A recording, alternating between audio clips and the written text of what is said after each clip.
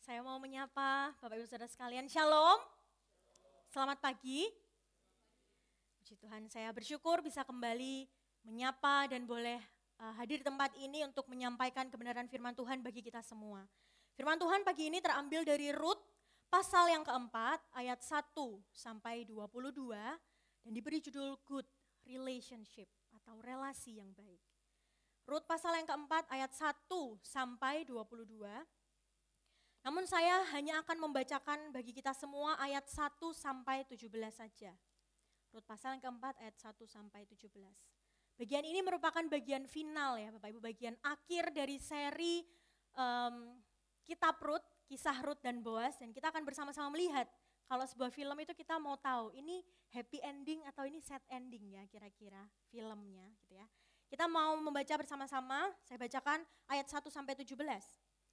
Boaz pergi ke pintu gerbang dan duduk di sana. Ternyata penebus yang disebut oleh Boaz lewat. Lalu Boaz berkata, "Kemarilah, duduklah di sini saudaraku." Ia pun datang dan duduk. Kemudian Boaz memanggil 10 tua-tua kota dan berkata, "Duduklah di sini." Lalu mereka duduk. Kata Boaz kepada penebus itu, "Ladang milik Elimelek saudara kita hendak dijual oleh Naomi yang telah pulang dari daerah Moab. Jadi menurutku sebaiknya aku beritahukan langsung kepadamu, belilah ladang itu di hadapan orang-orang yang duduk di sini dan di hadapan tua-tua bangsa kita. Jika engkau mau menebusnya, tebuslah. Tetapi jika engkau tidak mau menebusnya, beritahukanlah kepadaku supaya aku tahu.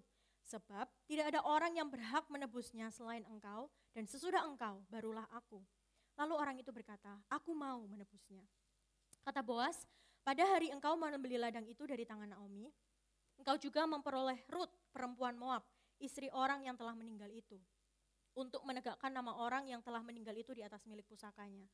Lalu penebus itu berkata, "Jika demikian, aku tidak dapat menebusnya, supaya jangan aku merusak milik pusakaku sendiri. Engkau saja yang menggunakan hak tebusku, sebab aku tidak dapat menggunakannya." Beginilah kebiasaan dahulu kala di Israel apabila orang menebus atau menukar sesuatu miliknya. Untuk mengesahkan tiap perkara, orang melepaskan salah satu kasutnya dan memberikannya kepada pihak yang lain. Demikianlah cara orang mengesahkan perkara di Israel. Penebus itu kemudian berkata kepada Boaz, "Engkau saja yang membelinya." Lalu ia melepaskan kasutnya. Boaz berkata kepada tua-tua dan semua orang di situ, "Hari ini kamu menjadi saksi bahwa segala milik Elimelek dan segala milik Kilion dan Mahlon telah kubeli dari tangan Naomi. Aku juga memperoleh Rut, perempuan Moab, istri Mahlon, menjadi istriku untuk menegakkan nama orang yang telah meninggal itu di atas milik pusakanya, agar nama orang yang telah meninggal itu tidak lenyap dari antara saudara-saudaranya dan dari antara warga kota. Kamulah saksinya hari ini." Semua orang yang hadir di pintu gerbang dan tua-tua berkata, "Kami menjadi saksi." Kiranya Tuhan menjadikan perempuan yang akan masuk ke rumahmu itu seperti Rahel dan Lea. Keduanya itu telah membangun keturunan Israel. Kiranya engkau sejahtera di Efrata dan namamu termasyur di Betlehem. Kiranya keturunanmu menjadi seperti keturunan Peres yang dilahirkan Tamar bagi Yehuda karena anak-anak yang akan diberikan Tuhan kepadamu dari perempuan ini. Lalu Boaz mengambil Rut menjadi istrinya dan bersetubuh dengannya. Atas karunia Tuhan, perempuan itu mengandung dan melahirkan seorang anak laki-laki. Perempuan-perempuan berkata kepada Naomi, "Terpujilah Tuhan yang tidak meninggalkan engkau, sehingga pada hari ini engkau memperoleh seorang penebus. Kiranya nama anak itu termasyur di Israel. Dialah yang akan menyegarkan jiwamu dan memelihara engkau pada waktu rambutmu telah putih. Menantu yang mengasihimu telah melahirkannya. Perempuan itu lebih berharga bagimu daripada 7 anak laki-laki." Naomi mengambil anak itu dan meletakkannya di pangkuannya dan menjadi pengasuhnya. Tetangga-tetangga perempuan memberi nama kepada anak itu dan berkata, "Seorang anak laki-laki telah lahir bagi Naomi." Mereka menamainya Obed, dialah ayah Isai dan Isai itu ayah Daud. Amin. Sedemikian jauh pembacaan firman Tuhan. Ya. Bapak Ibu, ada sebuah ungkapan yang marak di akhir-akhir ini, bahkan ada trennya kalau saya lihat ya di TikTok, di Instagram. Ada orang-orang yang memunculkan atau mengungkapkan kalimat ini, "Marriage is scary." Atau di dalam bahasa Indonesia artinya menikah itu menakutkan, pernikahan itu menakutkan. Ungkapan ini marak karena banyak berita yang beredar di masyarakat tentang kegagalan sebuah pernikahan. Mungkin itu karena perselingkuhan atau karena perceraian, karena perceraian gitu ya di dalam pernikahan itu. Sehingga orang-orang yang belum menikah atau mereka yang mau menikah itu jadi merasa takut untuk memulai jenjang yang lebih serius. Dan mereka melihat bahwa ternyata usia pernikahan mau puluhan tahun, mau belasan tahun, itu tidak menjamin relasi itu bisa kuat, relasi itu bisa bertahan lama. Usia sebuah relasi itu tidak menjamin kualitas relasinya. Dan rasanya Bapak Ibu, ungkapan ini juga bisa digunakan untuk relasi-relasi yang lain selain pernikahan. Mungkin relasi pertemanan, friendship is scary. Mungkin di dalam keluarga, family is scary. Jadi memang every relationship can be scary. Semua relasi itu bisa menakutkan. Namun di dalam ketakutan ini Bapak Ibu sebenarnya ada hasrat gitu ya, ada keinginan seseorang itu punya relasi yang sehat, punya relasi yang baik, punya relasi yang bisa awet, bertahan dengan lama, meskipun mengalami kondisi-kondisi yang tidak mengenakan. Dan ini bukan hanya tentang pernikahan, tetapi kita yang hidup di dalam relasi. Bentuknya bisa macam-macam tentunya. Apakah masih mungkin kita punya relasi yang sehat, punya relasi yang kuat, punya relasi yang baik di zaman ini? Dan pagi ini kita akan bersama-sama merenungkannya melalui kisah Rut dan Boaz. Kalau kita flashback sedikit di minggu yang lalu, waktu itu Rut meminta perlindungan kepada Boaz. Gitu ya. Dia datang kepada Boaz dan meminta perlindungan atau meminta supaya Boaz ini menebus Rut. Tapi Boaz bilang, tunggu dulu, kita ketemu dulu orang yang memang seharusnya wajib menebus kamu. Baru kalau orang itu tidak mau, saya yang akan menebus kamu. Bagian yang kita baca tadi Bapak Ibu, di ayat yang pertama menunjukkan kepada kita bahwa terjadi pertemuan antara Boaz dengan penebus Rut yang seharusnya, yang memang wajib menebus Rut. Boaz pergi ke pintu gerbang kota untuk bertemu dengan dia. Bapak Saudara, pintu gerbang kota itu tempat yang strategis. Ya. Jadi dia memang selalu ada di tempat-tempat atau di setiap kota. Tujuannya adalah karena orang-orang itu biasanya lalu lalang lewat sana. Misal mereka mau keluar kota, itu harus lewat pintu gerbang kota. Mereka mau pergi ke pengirikan, mereka mau pergi ke ladang, mau bekerja, mereka lewat pintu gerbang kota. Jadi sebenarnya Boaz ini ada di tempat yang ideal kalau dia mau ketemu sama sanak saudaranya. Selain itu juga pintu gerbang kota ini menjadi tempat untuk melakukan transaksi hukum. Kalau zaman sekarang mungkin kayak tempat pengadilan gitu ya, untuk mengadili kasus atau untuk menyelesaikan suatu masalah. Jadi Boaz ketika dia ada di pintu gerbang kota dan bertemu dengan penebus Rut, yaitu sebenarnya bukan kebetulan banget karena memang wajar orang-orang itu lalu-lalang lewat ada di sana. Jadi Boaz ada di tempat yang strategis. Dan kemudian Boaz mengumpulkan 10 tua-tua kota yang secara tidak langsung dia minta menjadi saksi untuk melakukan transaksi hukum ini. Kemudian Boaz mulai menyampaikan apa maksudnya, apa tujuannya. Dengan menceritakan dulu apa yang terjadi sama keluarga Naomi. Oh, Naomi itu habis pulang dari Moab, dia mau menjual tanah milik Elimelek yang menjadi saudara dari penebus itu. Boaz ini membujuk gitu supaya kamu aja lah yang menebus. Kan memang secara hukum kamu yang wajib menebus tanah itu, yang wajib membeli tanah itu. Kemudian tanpa berpikir panjang, penebus ini menyetujui, oke, saya setuju sama kesepakatan ini, saya mau menebus, saya bersedia menebus. Baru setelah dia setuju, Boaz mulai menyampaikan, kalau kamu tidak hanya akan mendapatkan tanah, kamu gak hanya akan beli tanah itu, tetapi kamu juga harus menebus Rut dan menjadikannya sebagai istrimu. Kemudian penebus ini menolak untuk melakukan tanggung jawabnya itu. Kenapa Bapak Ibu? Kenapa tiba-tiba ada perubahan dari respons penebus ini? Boleh di next tolong? Ya, karena sebagai penebus, dia itu harus membayar tanah. Jadi uang yang dia keluarkan itu untuk beli tanahnya, tanah punya Naomi tadi. Terus karena menjadikan Rut sebagai istri, maka dia juga harus menghidupi Rut dan juga anak-anak yang nantinya Rut akan lahirkan. Keuangannya keluar lagi. Plus Nanti ketika bagi warisan, Rut dan anak-anaknya Rut juga akan mendapat warisan Bapak Ibu. Jadi inilah pengeluaran-pengeluaran yang harus dia keluarkan kalau dia mau menjadi penebus. Nah karena hal ini, karena kok merasa aduh kayaknya kok banyak ya pengeluaran saya gitu ya.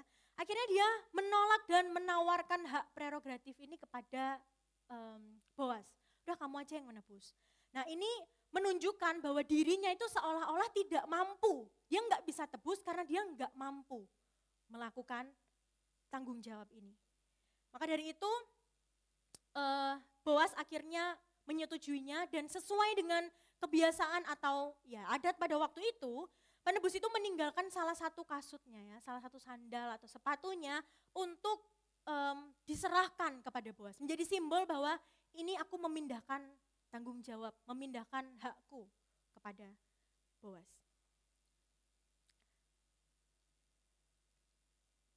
Ini kenapa ya? Ya. Sesuai dengan janjinya kepada Rut, kalau penebus itu enggak bersedia maka Boaslah yang akan menjadi penebusnya. Boas menegaskan di depan para saksi waktu itu ya, di depan 10 tua-tua dan juga mungkin ada orang-orang lain yang menyaksikan transaksi hukum itu. Dia bilang bahwa dia akan menebus harta milik Elimelek dan memperoleh Rut sebagai istrinya. Uniknya Bapak Ibu, di bagian ini Boas itu tidak menghilangkan status Rut yang adalah istri Mahlon. Jadi dia sebut, aku akan menikahi Rut istri Mahlon. Jadi dia tidak menghilangkan status atau identitas Rut yang sebelumnya kalau dia memang seorang janda, istri Mahlon. Dan yang terakhir dia menegaskan kembali tentang tujuannya menjadi seorang penebus, yaitu untuk menegakkan nama orang yang sudah meninggal agar nama orang itu tidak lenyap dari sanak saudaranya.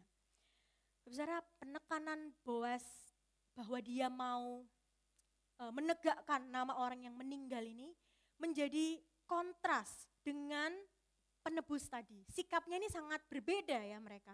Kalau tadi para penebus tadi itu menolak karena dia merasa beban, tanggung jawab yang harus dia keluarkan itu besar, Boas justru mau menebus demi kepentingan Rut. Demi menegakkan nama orang yang sudah meninggal agar nama mereka tidak lenyap dari sanak saudara dan juga di antara warga kota. Boas di sini mementingkan kepentingan orang lain di atas kepentingannya sendiri. Kemudian para saksi yang melihat hal itu mengafirmasi dan mereka menyatakan bahwa transaksi hukum ini sudah sah, sudah dilakukan secara legal dan mereka menyetujuinya. Mereka melanjutkan dengan mendoakan gitu ya, memperkatakan perkataan berkat buat Boas dan Rut. Dan sebenarnya pernyataan mereka ini juga meresmikan bahwa Rut ini sudah resmi menjadi orang Israel. Sehingga dia berhak juga menerima berkat-berkat Abraham. Makanya mereka mendoakan supaya Rut ini menjadi seperti Rahel dan Lea yang menghasilkan atau melahirkan keturunan Israel. Pendiri-pendiri Israel yang terhormat, yang banyak. Dan mereka juga mendoakan Boas supaya dia menjadi orang yang termasyur ya, orang yang kaya, orang yang makmur hidupnya. Dan ketika saya merenungkan bagian ini Bapak Ibu, saya memang pertama hanya fokus sama Boasnya. Boas ini orang yang punya integritas ya, punya inisiatif ya, dia berkomitmen sama apa yang sudah dia janjikan. Tapi ternyata kalau kita mengingat ke belakang ya, kita flashback ke belakang dari pasal 1, 2, dan 3, kita melihat bahwa Rut juga punya sikap yang sama. Rut juga punya inisiatif Bapak Ibu. Di bagian yang sebelumnya, Rut itu punya inisiatif untuk menemani Naomi. Padahal kita tahu bahwa belum tentu kehidupannya sama Naomi nanti ini akan hidup dengan baik. Mereka akan mendapatkan jaminan hidup yang lebih enak, yang lebih nyaman. Dan juga ketika Naomi memutuskan untuk kembali ke Bethlehem, Rut juga berinisiatif untuk mau bekerja. Dia enggak menunggu orang menolong. Dia enggak menungkapan ya orang tolong kami, aduh keadaan kami kan enggak enak. Tapi dia berinisiatif mau bekerja. Aku cari jela ya, aku bekerja ya Naomi untuk memenuhi kebutuhan kita. Dan terakhir, Rut adalah orang yang taat kepada perintah Naomi untuk mendatangi Boas terlebih dahulu. Memang ide utamanya atau gagasannya pertama ini dari Naomi dulu ya, kamu datanglah ke sana.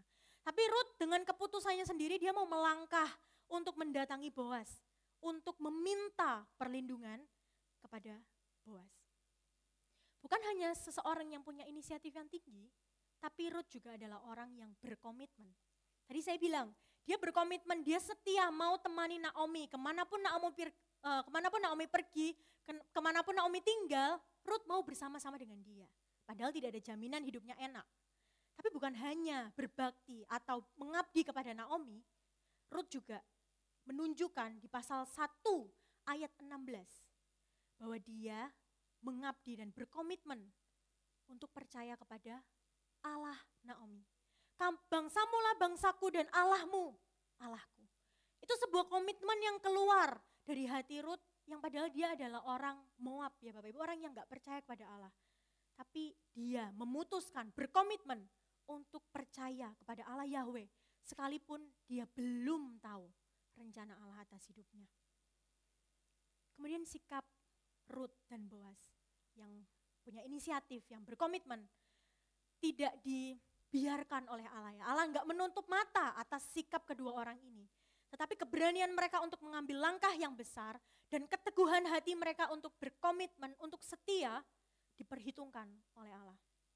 Maka dari itu bagian yang terakhir kita melihat bahwa terjadi pemulihan di antara keluarga mereka. Ayat 13 sampai ayat yang 22 menunjukkan bahwa Ruth itu melahirkan seorang anak laki-laki. Dia melahirkan ahli waris. Dan orang-orang, para perempuan itu bersuka cita karena kelahiran cucu Naomi ini yang bernama Obed. Mereka bersyukur, para perempuan tadi, kalau di pasal 1 perempuan-perempuan itu datang ke Naomi dengan perasaan yang penuh kecurigaan. Diakah Naomi? Pertanyaannya itu penuh dengan mungkin juga rasa curiosity, kecurigaan atau kepo, ini Naomi bukan sih? Dengan negatif gitu ya, dengan suasana yang cenderung negatif. Tapi di pasal yang keempat mereka datang kepada Naomi itu dengan suasana yang lebih sukacita. Karena mereka tahu Allah membawa Naomi sampai di titik ini. Allah beranugerah kepada keluarga Naomi dan Ruth. Bapak Ibu, di dalam kehidupan kita, di dalam kita berelasi di masa kini, kita melihat bahwa budaya yang muncul atau budaya yang berkembang itu adalah budaya individualis. Ya, budaya yang mementingkan diri sendiri. Jadi banyak orang hari-hari ini berjuang, bagaimana caranya supaya aku mendapatkan keuntungan, gak peduli orang-orang di sekitarku ini mengalami apa.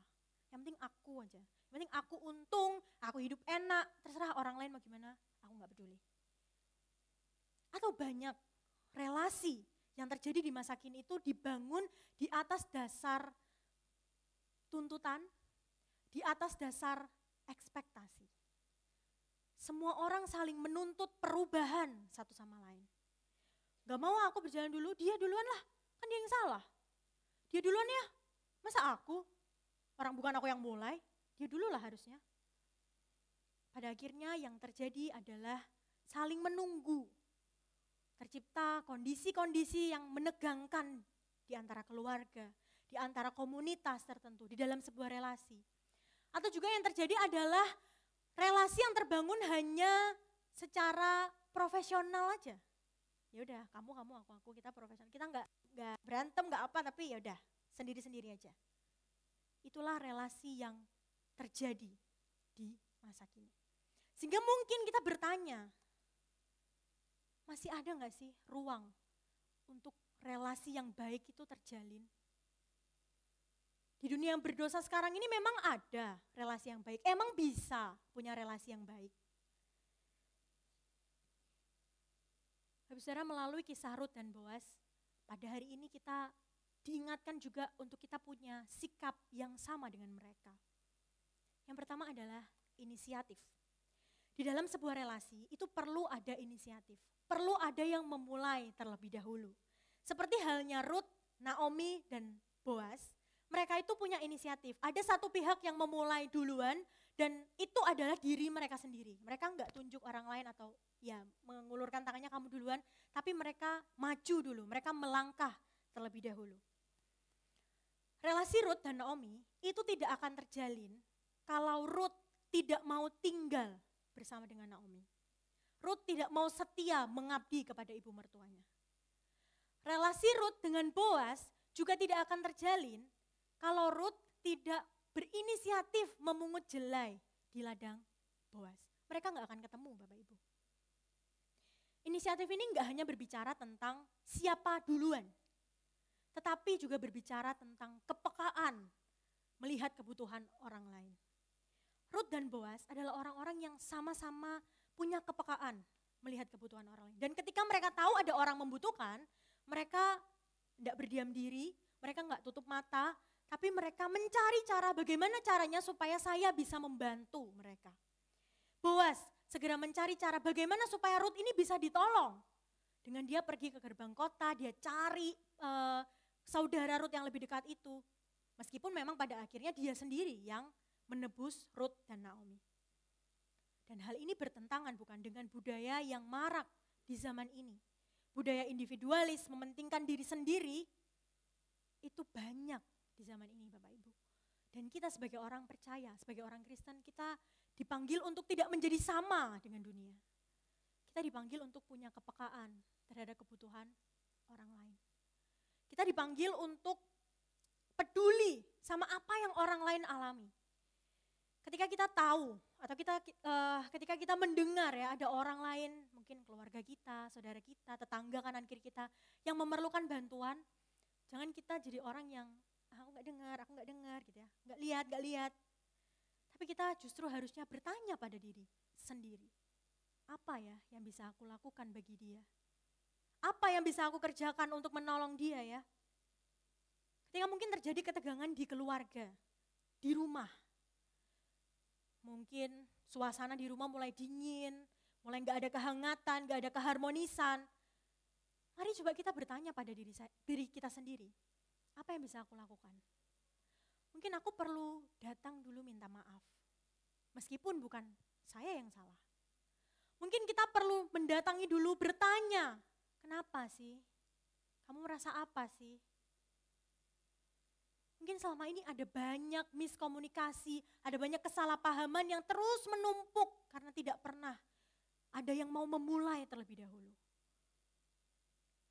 Tapi mungkin kita juga berpikir, aduh gak maulah aku mulai duluan, nanti aku dikira lebih lemah lagi. Nanti harga diriku terinjak-injak dong kalau aku mulai duluan. Nanti gimana kalau aku datang terus ternyata dia melakukan atau merespons dengan tidak enak, aduh sakit hati lah aku. Gak mau deh. Dia duluan aja, aku nanti aja. Saudara,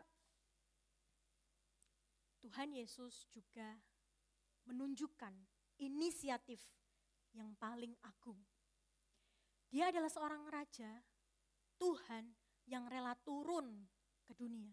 Menjadi sama seperti kita orang-orang yang berdosa. Melalui salibnya, Kristus menunjukkan inisiatif yang paling agung.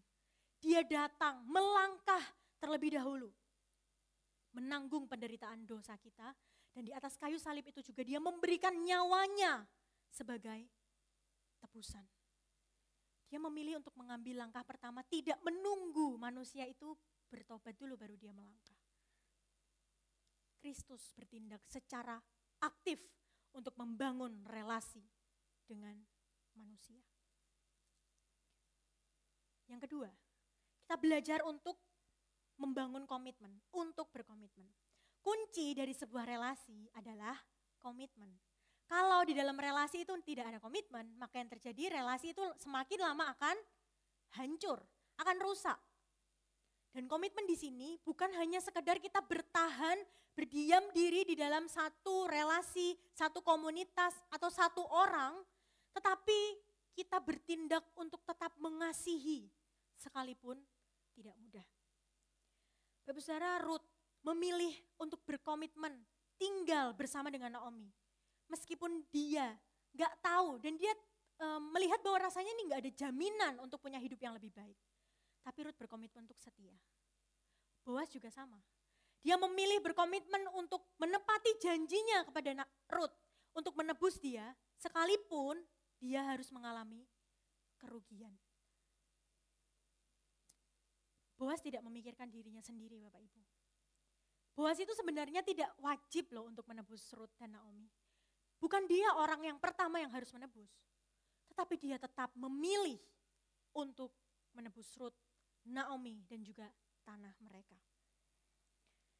Kalau bicara soal komitmen di masa kini Bapak Ibu, komitmen itu sesuatu hal yang dihindari orang ya.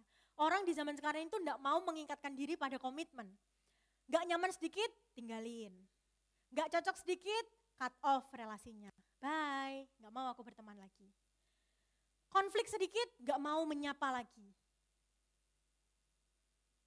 Kita kadang-kadang cenderung lebih suka menyelesaikan relasinya daripada selesaikan masalahnya.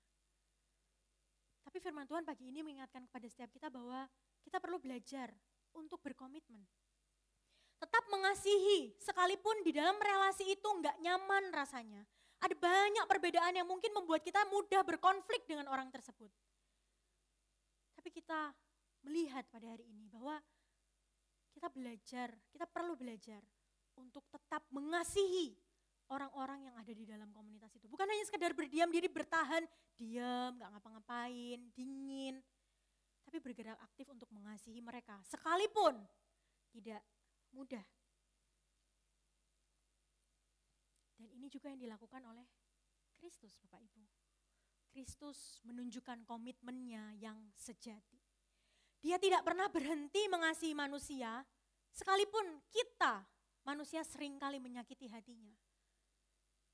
Dia tuh gak wajib menebus kita Bapak Ibu, siapa sih kita ini? Tapi dia tetap memilih untuk menebus. Dia berkomitmen untuk mengasihi kita dan memberikan nyawanya. Bahkan mungkin ketika dunia menolak keberadaan Kristus, dia tetap memilih untuk taat. Bahkan sampai mati di atas kayu salib. Inilah kasih karunia Allah Bapak Ibu. Tetap berkomitmen untuk mengasihi, bahkan ketika kita masih berdosa. Tentulah dua hal ini, inisiatif dan juga komitmen, ini bukan hal yang mudah untuk kita lakukan dengan kekuatan kita sendiri. Kita orang-orang yang lemah, kita manusia ini orang yang lemah, yang terbatas. Maka dari itu kita perlu tuntunan Roh Kudus, kita perlu pertolongan Roh Kudus untuk memampukan kita melakukan kehendak Tuhan. Dan kita percaya ketika kita dengan setia melakukan dua hal ini, kita akan dipulihkan oleh Tuhan. Relasi kita akan mengalami pemulihan. Mungkin tidak instan, mungkin tidak cepat. Mungkin di dalam kita belajar melakukan dua hal ini, tantangannya justru semakin berat. Tapi kita percaya bahwa Allah itu memperhatikan kita ya, menunjukkan kasih setianya kepada kita. Dia melihat perjuangan kita, dia menghargai setiap perjuangan-perjuangan yang kita lakukan untuk bertahan di dalam komitmen kita. Untuk berjuang, mempertahankan relasi-relasi kita.